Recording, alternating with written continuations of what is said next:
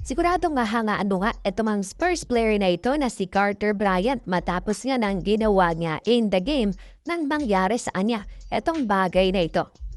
Well, sa tapatan ng OKC pati na rin na San Antonio Spurs kid number 4 ay alam natin na panalo ang Spurs at tie na nga ang series 2-2.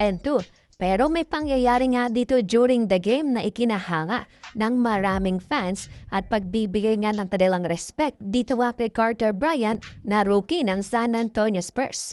Well, sa kalagitnaan kasi in the third quarter may big lead eto mang San Antonio Spurs at dito sa atake ni Carter Bryant ay natawagan nga siya ng offensive foul, turnover para nga dito sa Spurs rookie.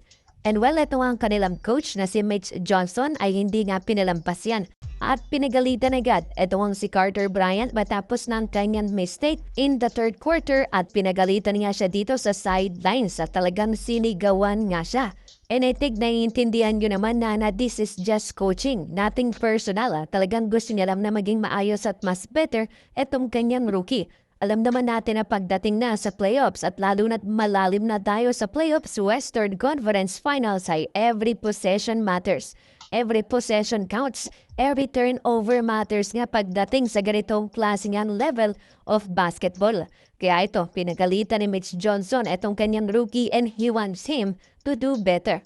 Ito silipin natin ng saglit ng video clip niya nito. Hey, play.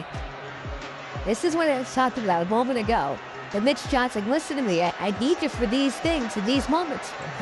And then on the back end of that, after he got that tongue lashing, like, at matapos nga niyan, during the bench ay may kita natin dito si Carter Bryant na kilakausap dito ni Victor Wembanyama. Alto ka itong kanilang rookie ay maiiyak na nga. Kita niyo naman ay namumugto na ang kanyang mga mata at parang onti na lang ay lalabas ang kanyang luha. Kaya naman napatalikod na lang. Eto mang si Brian at dahil palabas na siguro ang luhat ayaw niya na makita siyang umiiyak na eto mang kanyang mga teammates. And well, maraming ang natuwa dito na NBA fans, especially mga Spurs fans, nang dahil pagpapakita nga daw ito ni Carter Bryant that he truly cares sa basketball game na ito. And for sure naman hindi siya naiiyak dahil napagalitan siya. Naiiyak na siya ng dahil nga sa mistake sa turnover na kanya nang gawa na alam niyang hindi makakatulong sa kanilang team. Siguro sobrang frustrated na nga lang neto ni Carter Bryant na hindi niya na nga mapigilan ng kanyang emosyon at ayun maluluha na nga sa kanilang bench.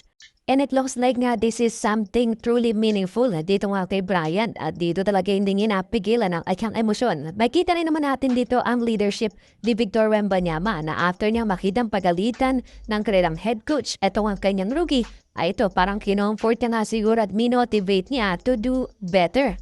So definitely, hindi lang salute dito kay Carter Bryant, kundi pati na rin kay Victor Wembanyama. Anyways, kayo ba? Ano bang masasabi niyo dito? Anong inyong opinion? Komento niyo lamang yan sa comment section.